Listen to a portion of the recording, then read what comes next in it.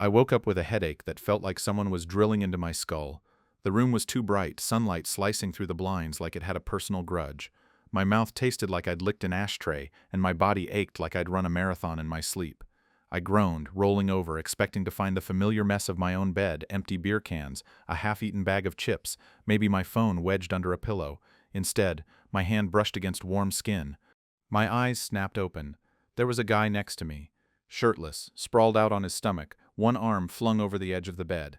His dark hair was a mess, sticking up in every direction, and his breathing was slow, steady, like he was still deep in whatever dreamland he'd escaped to. I froze, my heart doing a weird lurch as my brain scrambled to piece together what the hell was going on. This wasn't my bed. This wasn't my room. The sheets were too soft, the pillows too fluffy, and the air smelled faintly of cedar and something sweet, like vanilla. My place smelled like laundry I forgot to do, and cheap air freshener. I sat up slowly, careful not to wake the guy, and rubbed my face, trying to force the fog out of my head. Last night was a blur, flashes of neon lights, loud music, too many shots of something that burned going down, a bar, a crowded one, laughter, shouting, someone's hand on my arm. His hand? I glanced at the guy again, my stomach twisting. His name was Mark. That much I remembered. Tall, lean, with a smile that felt like it could cut through the noise of the bar. We'd talked about what, I couldn't say. Sports, work, the weather. All I had was a vague memory of his laugh, low and warm, and the way his eyes crinkled when he grinned. I wasn't blackout drunk, but the details were slippery, like trying to grab water with my hands. I didn't know how we'd ended up here, in what I was now realizing was a nice apartment, way nicer than mine. Exposed brick walls, a sleek coffee table, a bookshelf stuffed with actual books, not just take-out menus and unpaid bills. I swung my legs over the side of the bed, my bare feet hitting cool hardwood. My clothes were scattered across the floor, jeans, t-shirt, one sock missing because, of course, his clothes were there too, a dark button-up and slim-fit pants that looked like they cost more than my rent. I stood, wobbling a little, and grabbed my jeans, tugging them on as quietly as I could. My shirt was halfway across the room, crumpled near a chair. I crept over to it, my heart pounding like I was pulling off a heist. "You leaving already?" His voice was rough with sleep, but there was a teasing edge to it. I spun around, clutching my shirt like it was a shield. Mark was propped up on one elbow, watching me with those same crinkled eyes from last night. He didn't look mad or confused, just amused, like he'd caught me doing something mildly embarrassing. I cleared my throat, my voice sounding like I'd gargled gravel. "I didn't mean to wake you." "You didn't." He sat up fully, the sheet sliding down to his waist. He was lean but not skinny, with a scattering of freckles across his shoulders I hadn't noticed before. "You okay? You look like you're about to bolt." I laughed, but it came out more like a cough. "Yeah, I'm just processing." He tilted his head, studying me. "Processing. That's a word for it." He swung his legs out of bed, standing with an ease that made me jealous. He was in boxers, and I looked away, my face heating up. Not because of him, exactly, just the whole situation. I wasn't used to waking up in strange apartments with strange guys, especially not guys like Mark, who seemed way too comfortable in his own skin. "You want coffee?" he asked, patting toward what I assumed was the kitchen. "Or are you sticking to your escape plan?" "Coffee's good," I said, mostly because I didn't know what else to say. I followed him, still clutching my shirt, feeling like I was walking into some kind of test I hadn't studied for. His kitchen was as nice as the rest of the place, stainless steel appliances, a fancy coffee maker that probably cost more than my TV. He moved around it like he'd done this a million times, grabbing mugs, filling the machine with grounds. "So," he said, glancing over his shoulder, as the coffee maker hissed to life, "you remember much about last night?" I leaned against the counter, trying to play it cool even though my head was still spinning. "Bits and pieces. You?" "Enough." He smirked, but it wasn't smug. More like he was in on a joke I hadn't heard yet. "You were fun. Talked a lot about your job. Something about hating your boss?" I groaned, rubbing my face again. "Yeah, that sounds like me. Sorry if I rambled." "You didn't." He handed me a mug, the coffee black and steaming. "You were honest. I liked that." I took a sip, mostly to avoid looking at him. The coffee was good, better than the instant crap I usually drank. "Honest, huh? That's a nice way of saying I overshared."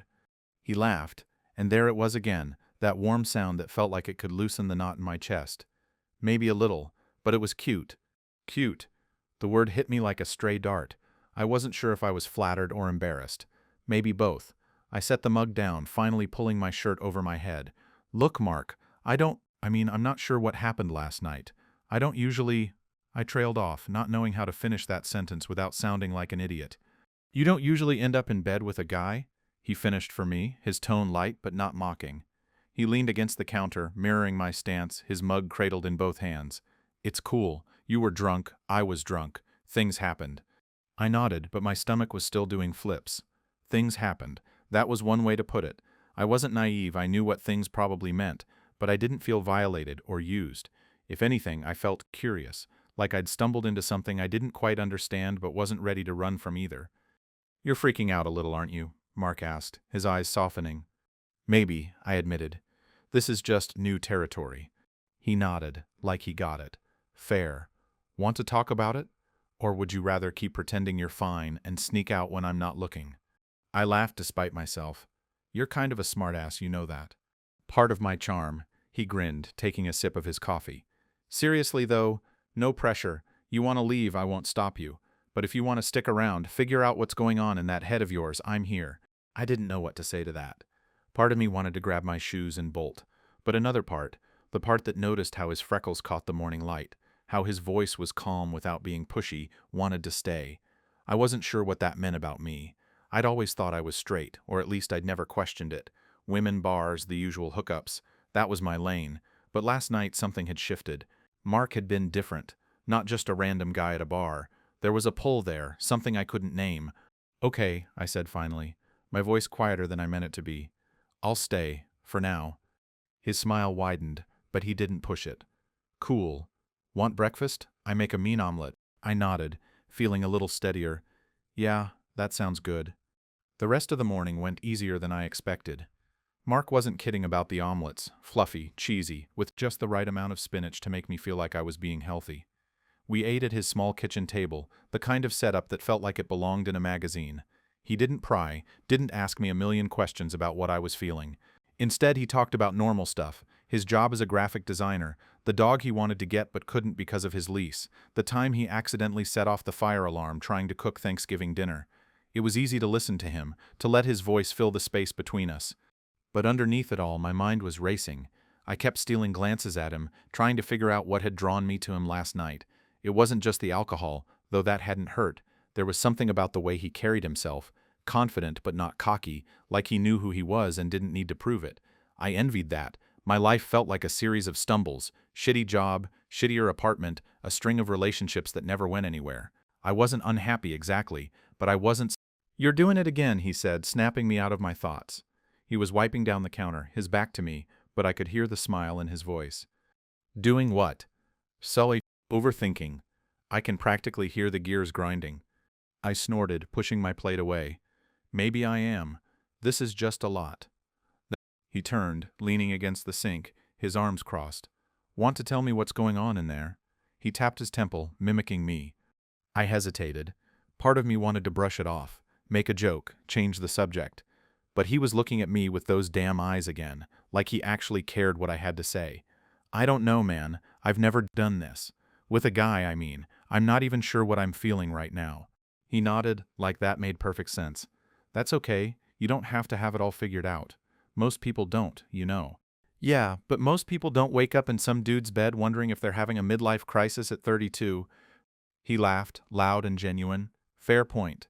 But you're not freaking out as much as you think you are. You're still here, aren't you? I shrugged, but he was right. I hadn't bolted. I could have. My shoes were by the door. My phone was in my pocket, fully charged, but I was still sitting at his table, drinking his coffee, eating his omelet. That had to mean something. Look, he said, his tone softening. I'm not trying to push you into anything. Last night was unexpected, yeah, but it doesn't have to be a big deal unless you want it to be. You're allowed to just see where it goes. See where it goes. The word stuck with me like a song lyric you can't shake. I'd spent most of my life avoiding anything that felt too complicated, too messy. Relationships, feelings, all of it. But sitting there watching Mark rinse dishes like this was just another Sunday morning. I felt something shift again. Not a lightning bolt, not some big revelation, just a quiet nudge like maybe I didn't have to have all the answers right now. We spent the rest of the day together, not because we planned it, but because it just happened. After breakfast, he suggested a walk to clear my head, and I didn't have a good reason to say no. His neighborhood was one of those trendy ones, with coffee shops and boutiques that screamed, "I have my life together." We wandered, not talking much at first, just letting the city hum around us. The air was crisp, the kind of fall morning that makes you feel alive despite a hangover. He pointed out little things as we walked. His favorite bakery, the park where he liked to read, the street corner where he'd once tripped and spilled coffee all over a first date. I found myself laughing, relaxing, the tension in my chest loosening with every block. He wasn't trying to impress me or charm me, he was just himself, and that made it harder to keep my guard up. By the time we stopped for coffee, my second of the day, because apparently I was committing to caffeine, I was starting to feel like I knew him. Not just bar Mark, flirty and bold, but real Mark. The guy who got annoyed when people didn't use coasters, who had a soft spot for old sci-fi movies, who admitted he was terrible at texting back. It was disarming how easy it was to talk to him. I wasn't used to that. "You're not bad at this," he said as we sat outside the coffee shop, the sun warming my face. "Not bad at what?" "Hanging out. You were all jumpy this morning, but you're chilling out now. It's nice." I rolled my eyes, but I was smiling. "Don't get used to it. I'm still figuring this out." "I know." He leaned back in his chair, stretching his arms above his head. "No rush. I'm not going anywhere." That stuck with me too. No rush. It was such a simple thing to say, but it felt like a lifeline. I'd spent so long running from jobs, from relationships, from anything that asked too much of me. But Mark wasn't asking for anything. Not yet, at least. He was just there. And for the first time in a long time, I didn't feel like running. The day stretched into evening, and I ended up back at his place.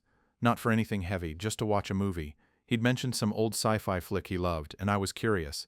We ordered pizza, cracked open a couple of beers, and settled on his couch, the kind of couch that's too comfortable to stay awake on.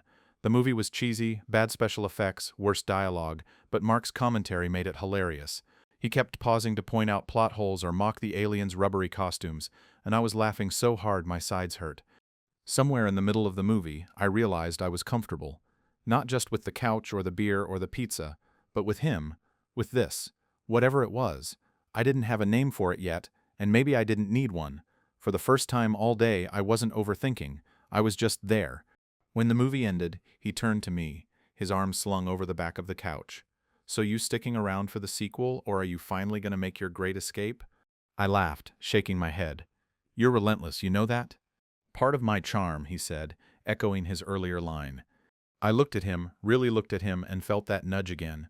Not a push, not a pull, just a quiet invitation to stay a little longer, to see what might happen next. "Maybe I'll stick around," I said. "For now." He smiled, and it was the kind of smile that made me think maybe I wasn't as lost as I thought. The next week was weird. Not bad weird, just off, like I was walking around in someone else's shoes. I went to work, same old cubicle, same old coffee that tasted like burnt regret. I nodded along when my coworker Dave rambled about his fantasy football league, and I even managed to smile when my boss chewed me out for missing a deadline. But my head wasn't there. It was stuck on Mark, on his laugh, his freckles, the way he'd looked at me when I said I'd stick around. I hadn't seen him since that Sunday. We'd exchanged numbers before I left his place, and he'd texted me the next day a simple, "You survived the hangover?" with a winking emoji. I'd laughed, texted back something dumb about needing a week to recover, and that was it. No plans to meet up, no deep conversations, just that one text sitting in my phone like a bookmark I kept flipping back to.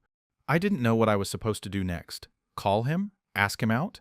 The idea made my stomach twist. I'd never asked a guy out before. Hell, I'd barely asked women out. Most of my hookups happened by accident, fueled by booze and bad decisions. Mark wasn't like that. He wasn't a random bar fling. He was something else. And that scared the shit out of me. By Thursday, I was a mess. I sat in my apartment staring at my phone, the TV droning in the background with some reality show I wasn't watching. My place was a disaster. Dishes in the sink, laundry spilling out of the hamper, a pizza box on the coffee table from who knows when. I kept thinking about Mark's apartment, all clean lines and cozy vibes. I wondered what he was doing. Working? Out with friends? Maybe he was with someone else, some other guy who didn't overthink every damn thing. I grabbed my phone and pulled up his text. My thumb hovered over the keyboard, but nothing came. What was I supposed to say? "Hey, I can't stop thinking about you." That sounded desperate. "Wanna hang out?" Too vague. I tossed the phone on the couch and groaned, running my hands through my hair. This was ridiculous. I was 32, not 16. I shouldn't be this worked up over a guy I barely knew. But I was. and the more I tried to ignore it, the worse it got. Friday night, I ended up at the same bar where I'd met Mark. Not on purpose, it was just habit. My buddy Jake had dragged me out, saying I'd been moping all week. He wasn't wrong, but I didn't tell him why.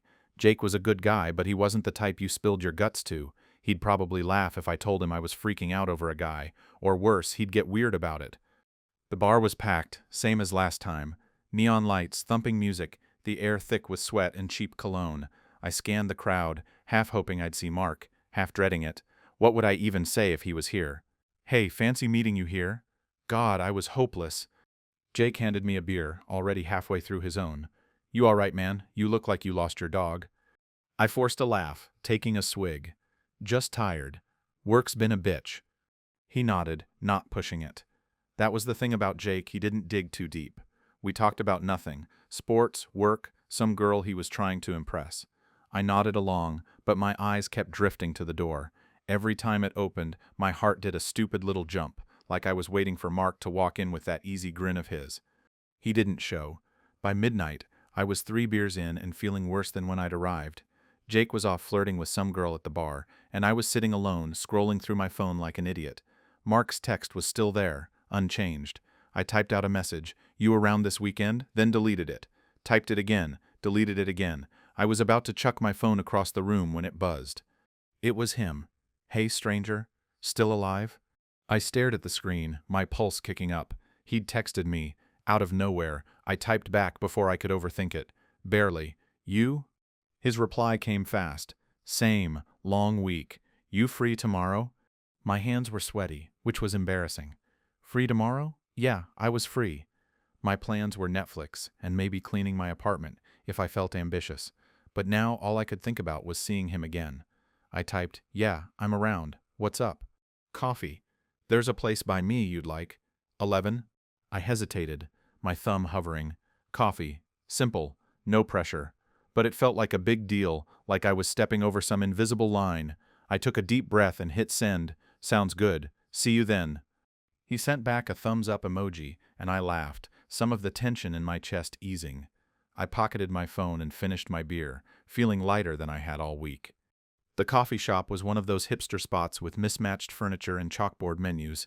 It smelled like roasted beans and cinnamon, and the barista had a nose ring and a tattoo of a bird on her wrist. Mark was already there when I walked in, sitting at a corner table with a mug in front of him. He looked up and smiled, and my stomach did that flip thing again. "Hey," he said, standing as I approached. He was in a gray sweater and jeans, his hair less messy than last time, but still kind of perfect. "You made it." "Yeah, barely," I said, pulling out a chair. "Traffic was a nightmare."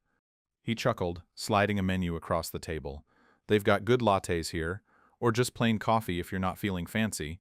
"Plain's fine," I said, mostly because I didn't trust myself to pronounce half the stuff on the menu. We ordered black coffee for me, some kind of oat milk thing for him, and settled into an easy rhythm. He asked about my week and I gave him the short version. Work sucked, my boss was a jerk, same old. He listened, nodding, his eyes never leaving mine. It was intense the way he paid attention, like he was really hearing me. "Your turn," I said, sipping my coffee. "What's your week been like?" He leaned back, stretching his arms. "Busy. Had a big project due, so I've been glued to my laptop. Plus, my sister's getting married next month, so I've been roped into helping with that." Sounds like a lot. It is, but it's fine. Keeps me out of trouble. He grinned and I laughed, relaxing a little. We talked for a while about his sister's wedding, my hatred of my job, the fact that he'd never left the country and I'd only been to Canada once. It was easy like last time, but there was something different now, a charge in the air like we were both aware of the line we were tiptoeing toward. I kept catching myself staring at him, his hands, his jawline, the way his sweater hugged his shoulders. I wasn't used to noticing guys like that, and it threw me off. "So," he said after a lull, his tone shifting, "you've been quiet this week. Everything okay?" I froze, my mug halfway to my mouth. He wasn't calling me out, not exactly, but he wasn't letting me off the hook either. "Yeah, just been thinking a lot." "About?" He raised an eyebrow, but his smile was gentle, encouraging. I set my mug down, my fingers tapping the table. "About last weekend. About us, I guess." His expression didn't change, but his eyes softened. "Yeah? What's on your mind?" I didn't know how to answer that without sounding like a mess. I'd spent all week trying to figure out what I felt, and I was still coming up empty. "I don't know, man. It's just new, all of this. I'm not used to it. He nodded, like he'd expected that. That's fair. It's a lot to process. You're telling me, I laughed, but it sounded forced. I keep thinking about you, and I don't know what that means. He didn't say anything for a moment, just looked at me, his gaze steady. You don't have to know right now. It's okay to just feel it. See where it takes you. Easy for you to say, I muttered, half joking. You seem like you've got this all figured out. He laughed, shaking his head. Trust me, I don't. I've been here before. Not with you, but with this, figuring out who I am, what I want. It's messy, but it's worth it. I wanted to ask what he meant, what this was, what he'd figured out, but the words stuck in my throat. Instead, I said, You're too calm about this. It's freaking me out. He grinned, leaning forward. Good. Means I'm keeping you on your toes. I rolled my eyes, but I was smiling. He had this way of making things feel less heavy, like I didn't have to carry it all alone. We finished our coffee, and he suggested a walk. I didn't have anywhere else to be, so I said yes. The park near the coffee shop was quiet, the kind of place where old guys played chess and moms pushed strollers. We walked along a gravel path, the leaves crunching under our feet. Fall was in full swing, the trees all red and gold, the air sharp enough to make my cheeks sting. Mark was telling me about some trip he'd taken to a cabin last year, but I was only half listening. My head was too full of him, of the way his voice dipped when he laughed, the way his shoulder brushed mine when we turned a corner. You're doing it again, he said, nudging me. Doing what? Zoning out. You okay? I stopped walking, shoving my hands in my pockets. Yeah, just thinking. He stopped too, facing me. About. I looked at him, his breath visible in the cold air, his eyes searching mine. My heart was pounding, and I didn't know why. Or maybe I did, and I just didn't want to admit it. About you, I said, my voice low. About what this is. He didn't look surprised, but he didn't push either. And what do you think it is? I don't know. I laughed, frustrated. That's the problem. I'm not. I trailed off, not sure how to say it without sounding stupid. You're not gay, he finished for me, his tone gentle. That's what you're trying to say, right? I nodded, my face heating up. Yeah, or at least I didn't think I was. But then, you. He smiled, but it was softer this time, almost sad. Yeah, I get it. It's confusing as hell. You've been here, I asked, curious despite myself. He nodded, looking out at the trees. A few times. Took me a while to figure out I wasn't straight. Longer to be okay with it. I didn't know what to say to that. I'd never had to think about it. Not really. I'd always just done what I thought I was supposed to. Dated women, hooked up, kept it simple. But now, standing here with Mark, nothing felt simple anymore. And the weirdest part, I wasn't sure I wanted it to. So what do? I asked, half expecting him to laugh at me. He didn't. He just looked at me, his expression serious. You take it one step at a time. You don't have to label it. Just let yourself feel it. If it's real, it'll stick. I nodded, but my head was spinning. One step at a time. That sounded doable. Scary, but doable. And if it's not real? He shrugged, a small smile tugging at his lips. Then you move on. No harm done. I wanted to believe him, but part of me was terrified. Not of him, but of what this could mean, of what I might find out about myself if I kept going down this road. We walked back to his place, the conversation lighter now, like we'd opened a valve and let some of the pressure out. He invited me to stay for dinner, and I said yes again, because I didn't want to go home to my sad apartment, but also because I wasn't ready to say goodbye yet. He made tacos, and we sat at his kitchen table, the same one where we'd had breakfast last week. It felt familiar, but different now, more real. After dinner, we ended up on his couch, a couple of beers on the coffee table, some music playing in the background. We weren't touching, but we were close, our knees brushing every now and then.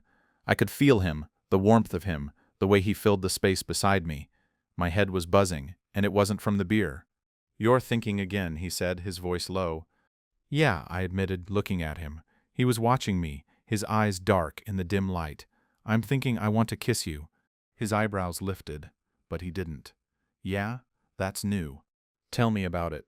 I laughed, but my heart was racing. Is that okay? He smiled, slow and warm.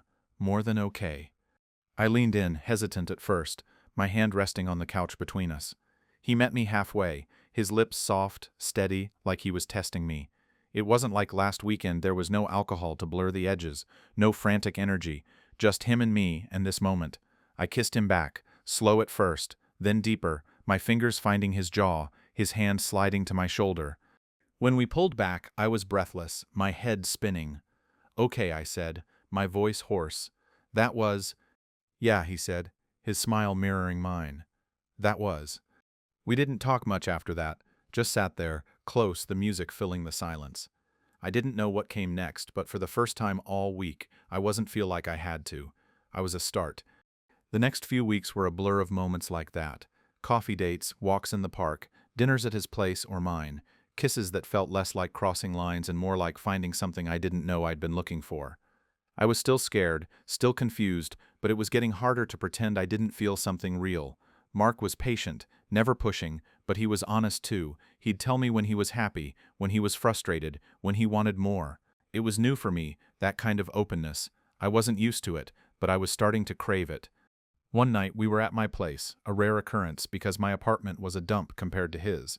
We'd ordered takeout, and he was sitting cross-legged on my couch, picking at the last of the fried rice. "You ever think about what you want?" he asked, out of nowhere. I looked up from my noodles, caught off guard. "What do you mean?" "Like, in life," he said, shrugging. "You talk about your job, how much you hate it. But what do you want? What makes you happy?" I didn't have an answer. I'd spent so long just getting by, I hadn't thought much about what I wanted. "Not really." "I don't know," I said, honest. "I guess this. Right now." He smiled, but it was tinged with something else, hope, maybe, or worry. "That's a good start," he said. "But you deserve more than just right now." His words stuck with me, long after he'd gone home. I lay in bed that night, staring at the ceiling, thinking about what he'd said, about what I wanted. For the first time in a long time, I let myself imagine it. Not just a better job or a nicer apartment, but a life, a future. And in it I saw him. It's been a month since that night at the bar, and I still don't know what I'm doing. Mark and I have been seeing each other a couple times a week. Coffee, dinner, sometimes just hanging out at his place watching bad movies. It's good. Better than good, if I'm honest. But every time I start to feel like I'm getting a handle on this, on us, something in my head trips me up, like I'm waiting for the other shoe to drop. It's not him. Mark's been great. Patient, funny, always ready with a quick comeback when I get too in my head. But I'm not used to this thing where someone actually gives a shit about me, not just what I can do for them. I keep waiting for it to fall apart, for him to realize I'm a mess and bail, or maybe for me to screw it up, because that's what I do. I've got a track record. It's Saturday, and we're at his place again. He's cooking some pasta dish with a name I can't pronounce because apparently he's fancy like that. I'm sitting at his kitchen counter, nursing a beer, watching him chop vegetables like he's on one of those cooking shows. His sleeves are rolled up and there's a smudge of flour on his cheek from when he tried to make bread earlier. It's cute, which is a weird thing for me to think about a guy, but it's true. "You're staring," he says without looking up, his knife moving in quick, even strokes. "Am not." I shoot back, but I'm smiling. He's got this way of calling me out without making it feel like a fight. "Uh-huh." He glances at me, his eyes crinkling. "You're gonna have to do better than that." I laugh, taking a swig of my beer. "Fine, maybe I was. You're the one making a mess of your kitchen." He snorts, tossing a piece of carrot at me. It bounces off my chest and lands on the counter. "Rude. I'm slaving away here and you're criticizing." "Slaving away, my ass. You're having fun." He grins, not denying it. "Maybe. You gonna help or just sit there looking pretty?" I roll my eyes, but I slide off the stool and join him at the counter. He hands me a knife and a pile of zucchini, and I start chopping, trying not to look like I've never held a vegetable before. We work in silence for a bit, just the sound of knives on cutting boards and the low hum of music from his speakers. It's nice, domestic in a way that should freak me out but doesn't. "So," he says after a while, his tone casual but deliberate, "you ever gonna tell anyone about us?"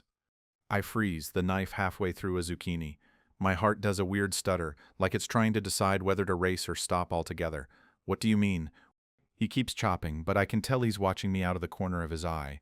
"You know what I mean. Your friends, your family. You haven't mentioned me to anyone, have you?" I set the knife down, my hands suddenly clammy. He's not wrong. I haven't told a soul about him. Not Jake, not my sister, not even the random coworkers I grab drinks with. It's not like I'm ashamed. I don't think I am anyway. It's just complicated. How do you explain something you don't fully understand yourself? "I haven't, not because of you," I say, fumbling for words. "It's just I don't know how to bring it up." He nods, like he expected that. "Fair. It's not easy. But you can't keep me in a box forever, you know." I'm not, I say quickly. But the words feel hollow. He's right, and I hate that he's right. I've been treating this us like a secret, something to figure out in private before I let the world in. But that's not fair to him, or to me maybe. He turns to face me, wiping his hands on a towel. I'm not pushing you to do anything you're not ready for. I like you. A lot. And I want to know where we stand. His honesty hits me like a punch. He's so open, so unafraid to put it all out there. I envy that. I've spent my whole life dodging anything that feels too real, too raw. But looking at him now, his eyes steady and warm, I feel something crack open inside me. I like you too, I say, my voice quieter than I mean it to be. I'm just scared, I guess. He steps closer, close enough that I can smell the herbs on his hands. Of what? I laugh, but it's shaky. Everything. This. Me. What it means. He doesn't say anything for a moment, just looks at me, like he's trying to see inside my head. Then he reaches out, his hand brushing mine. You don't have to have it all figured out, but you've got to let me in a little. Otherwise, this doesn't work. I nod, my throat tight. He's right, again. I can't keep him at arm's length forever. But letting him in means letting go of the walls I've built, and that's terrifying. I've never been good at vulnerable. My last girlfriend Jess used to call me out on it, said I was emotionally constipated. She wasn't wrong. Okay, I say finally. I'll try. I just need time. He smiles, small but real. I can work with that. Dinner's good, better than good. The pasta's perfect, and he even made some kind of fancy dessert that I pretend to hate but secretly love. We eat at his table, the candles he lit making everything feel a little too romantic, like we're in a movie. I keep waiting for it to feel weird, but it doesn't. It just feels right. After dinner, we end up on the couch, a movie playing that neither of us is really watching. My legs pressed against his and his arms draped over the back of the couch, his fingers brushing my shoulder. It's comfortable, but there's an undercurrent, like we're both aware of the conversation we had earlier. I told my sister about you, he says out of nowhere, his eyes on the TV. I turn to him, surprised. Yeah? What'd you say? He shrugs, but there's a hint of a smile. Just that I met someone, that he's kind of a mess, but in a good way. I laugh, shoving his shoulder. A mess? Thanks a lot. You're welcome, he grins, then sobers a little. She's cool, you know? She'd like you. I nod, but my chest feels tight. His sister knows about me. That's real. More real than I'm ready for. What's she like? I ask, mostly to keep the conversation going.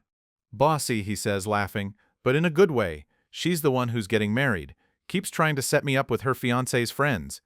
Sounds like my sister, I say, thinking of Emily.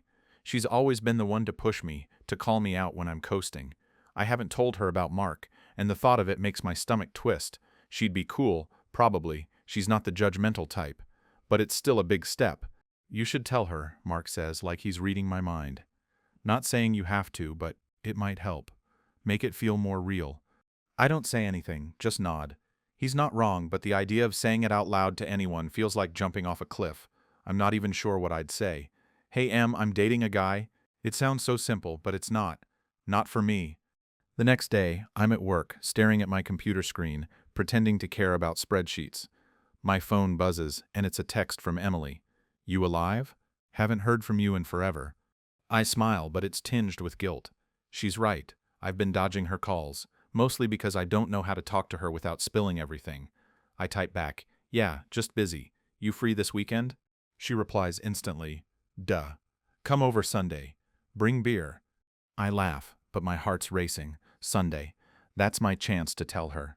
I don't know if I'm ready, but Mark's words keep echoing in my head. You've got to let me in a little.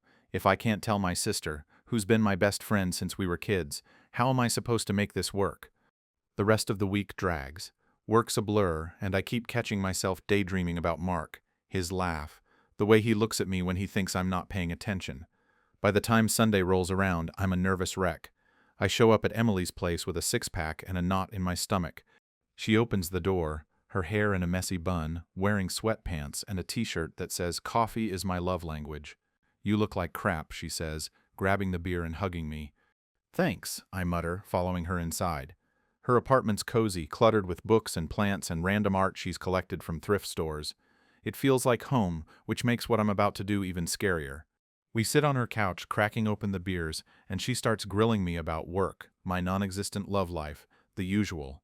I'm half listening, trying to find an opening. Finally, she notices. Okay, what's with you? You're acting weird. I take a deep breath, my hands gripping the bottle. I met someone. Her eyebrows shoot up.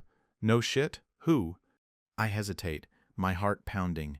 His name's Mark. Her eyes widen, but she doesn't look shocked, just curious. Mark, huh? Okay, spill. What's he like? I laugh, the tension easing a little. He's great. Funny, smart, makes a mean pasta. But it's new. I'm still figuring it out. She nods, sipping her beer. Figuring it out how? I swallow, my throat tight. I've never been with a guy before. It's kind of throwing me. She doesn't say anything for a second, just looks at me, her expression soft. Okay, that's a big deal. You okay with it? I shrug, not sure how to answer. I think so. It's just a lot. I didn't expect this. She reaches over, squeezing my arm. You don't have to have it all figured out, you know. Just be honest with yourself. And with him.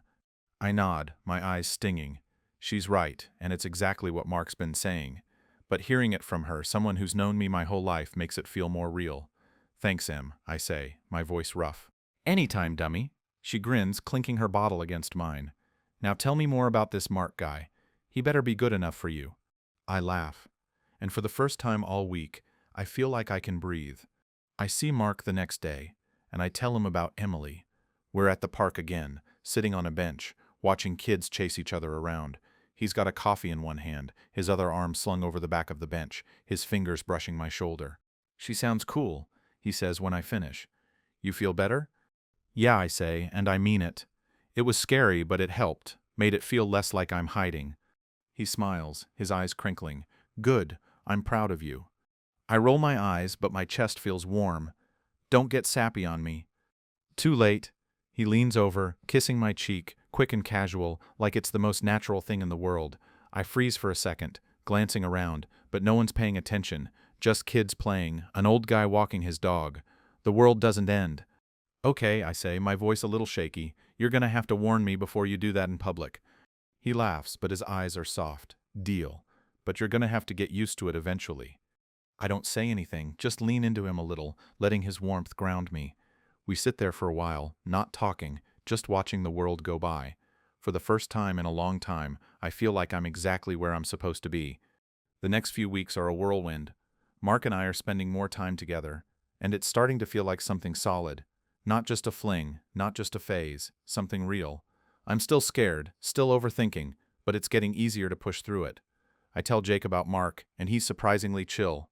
Makes a dumb joke about me stealing his wingman, but he's cool.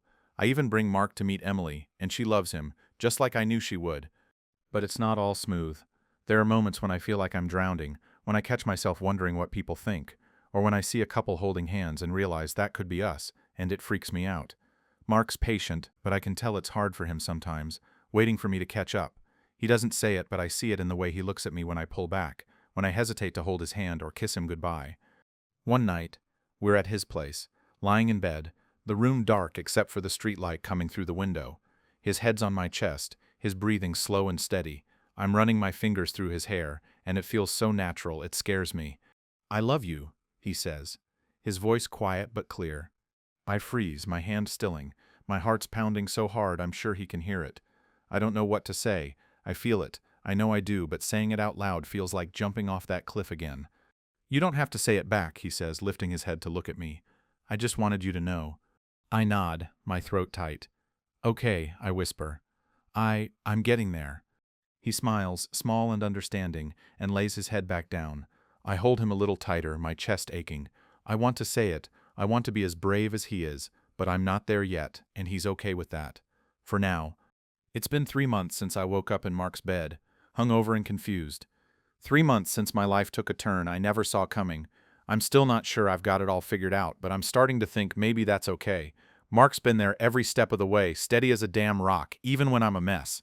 And I've been a mess plenty. It's a Friday night, and we're at my place for once. My apartment's still a disaster, laundry's piling up, and there's a stack of takeout containers I keep meaning to throw out. But Mark doesn't care.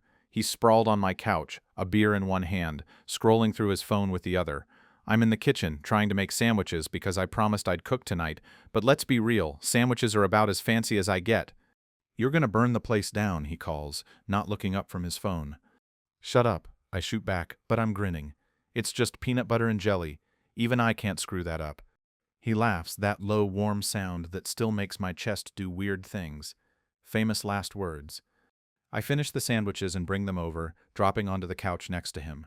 He sets his phone down and takes a plate, eyeing the lopsided sandwich like it's a science experiment. This is ambitious, he says, smirking. Eat it or starve, I say, nudging his knee with mine. We eat in comfortable silence, some old rock playlist humming in the background. It's moments like this that get me, simple, easy, like we've been doing this forever. But there's still a part of me that's waiting for it to go wrong. I've never been good at holding on to good things.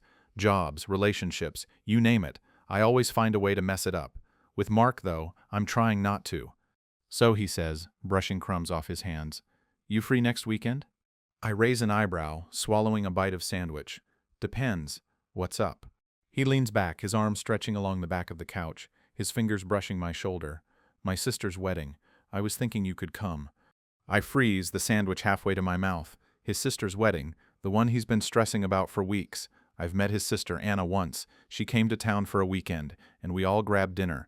She's cool, loud, and nosy in the best way. But a wedding? That's next level. That's meeting the whole family, dancing in front of people, maybe even holding hands where everyone can see. You don't have to, he adds quickly, reading my face. No pressure. Just thought it could be fun. I set the plate down, my heart doing that racing thing again. It's not that I don't want to, I say, choosing my words carefully. It's just big. You know? He nods, his eyes soft. Yeah, I know, but I want you there. Means something to me. His words hit hard. Means something to me. I've been so caught up in my own head, worrying about what this relationship says about me, what other people think, that I haven't stopped to think about what it means to him. He's been all in from the start, even when I was tripping over myself trying to figure it out, and now he's asking me to show up, to be part of his world in a real way. I'll think about it, I say finally, my voice quieter than I mean it to be. He smiles, small but genuine. That's all I ask. The next few days, I can't stop thinking about the wedding. It's not just the event itself. It's what it represents. Going means standing next to Mark, not as a friend or a fling, but as his partner. It means letting people see us together, maybe even introducing myself as his boyfriend. The word still feels foreign, like a shirt that doesn't quite fit. But it's starting to feel less scary, more like something I could get used to.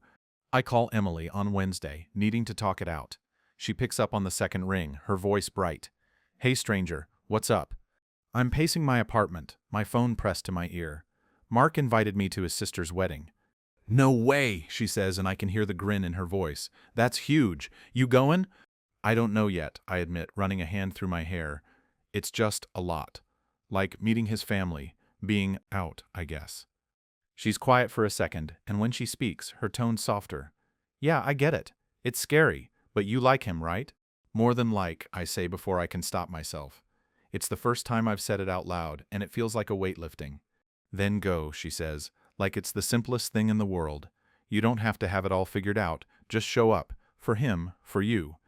I laugh, but it's shaky. When did you get so wise? Always been wise, she says, laughing. You're just slow to catch up. We talk a bit longer, and by the time I hang up, I'm feeling steadier. Emily's right. I don't have to have all the answers. I just have to take the next step, and the next step is saying yes to Mark. I tell him the next day, over coffee at that hipster place we went to a while back. He's in a green sweater that makes his eyes pop, and I'm trying not to stare as I say I'm in, for the wedding. His face lights up, and it's like the sun coming out. Yeah? You sure? Yeah, I say, smiling despite the nerves. I'm sure. He reaches across the table, squeezing my hand. You're gonna love it, or at least you'll love the open bar. I laugh, squeezing his hand back. That's what I'm counting on. We talk logistics, when to leave, what to wear, who's driving. It's in a small town a couple hours away at some fancy vineyard. I'm already dreading the suit I'll have to dig out of my closet, but the way Mark's smiling makes it worth it. He's excited and it's rubbing off on me even if I'm still a little terrified. The wedding's on Saturday, and by the time we're driving up, I'm a bundle of nerves. Mark's behind the wheel singing along to some indie band I've never heard of, and I'm staring out the window trying to keep my cool. I'm in a navy suit that Emily helped me pick out, and Mark's in a sharp gray one that makes him look like he stepped out of a magazine. I keep stealing glances at him, wondering how I got here, how I went from a drunken night at a bar to sitting next to this guy, heading to his sister's wedding. You okay? He asks, glancing over. Yeah, I lie, then sigh. Okay, no. I'm freaking out a little. He laughs, not unkindly. Figured. Want to talk about it? I hesitate, then say, just what if I screw this up? Your family's gonna be there, and I'm me. He reaches over, resting his hand on my knee. You're not gonna screw it up. They're gonna love you because I love you. My breath catches. He's said it before, that night in his apartment, but it still hits me hard. I haven't said it back yet, even though I feel it. I want to, but every time I try, it sticks. Like I'm afraid it'll change everything. You don't have to say anything, he says, like he's reading my mind. Just be you. That's enough. I nod, my chest tight, and focus on the road ahead. The vineyard's stunning rows of grapes stretching out under a clear blue sky, a big stone building where the ceremony's happening. We park, and Mark takes my hand as we walk toward the venue. I tense up at first, glancing around, but no one's staring. It's just us blending in with the other guests. I let out a breath and hold his hand a little tighter. The ceremony's beautiful, even if I'm not big on weddings. Anna's radiant in her dress, and her husband's grinning like he can't believe his luck. Mark's eyes are wet when they say their vows, and I find myself watching him more than the bride. He's so open, so unafraid to feel it all. It's one of the things I love about him, even if it scares me sometimes. The reception's in a big tent, all fairy lights and flowers. We find our table, and Mark introduces me to his parents, who are surprisingly chill. His mom hugs me, and his dad shakes my hand, asking about my job like it's the most normal thing in the world. I'm waiting for the awkward questions, but they don't come. They just seem happy I'm there with their son. We eat, drink, and laugh through the speeches. Mark's hand rests on my thigh under the table, a quiet anchor. When the dancing starts, he pulls me onto the floor, ignoring my protests that I'm a terrible dancer. He's not much better, but we're laughing, stumbling through some slow song, and for the first time all day, I'm not overthinking. I'm just here with him. Later, we step outside for some air, the night cool and quiet. The stars are out, brighter than I've ever seen in the city. We're leaning against a low stone wall, our shoulders touching, and I feel something settle inside me. I love you, I say, the words slipping out before I can stop them. He turns to me, his eyes wide. Yeah? Yeah, I say, my voice steady. I mean it. He smiles, slow and warm, and pulls me into a kiss. It's soft, unhurried, like we've got all the time in the world. When we pull back, he rests his forehead against mine. Took you long enough. I laugh, shoving him lightly. Shut up. The drive home is quiet, but the good kind. Mark's hand is on my knee again, and I'm not freaking out anymore. I don't know what the future holds, where we'll be in a year or 5, but I know I want him in it. That's enough for now. Back in the city, we start building something real. I quit my shitty job, start looking for something better. Mark helps me clean my apartment, and we even talk about moving in together someday, though we're not rushing. I'm still learning to be okay with who I am, with loving him openly.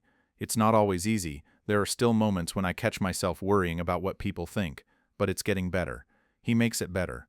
One night, we're at his place, curled up on the couch, some sci-fi movie playing. His head's on my shoulder, and I'm tracing patterns on his arm. You ever think about forever? He asks, his voice sleepy. I smile, kissing the top of his head. Yeah, starting to. He hums, content, and I hold him a little tighter. For the first time in my life, I feel like I'm home, not a place, but a person. And that's more than I ever thought I'd have.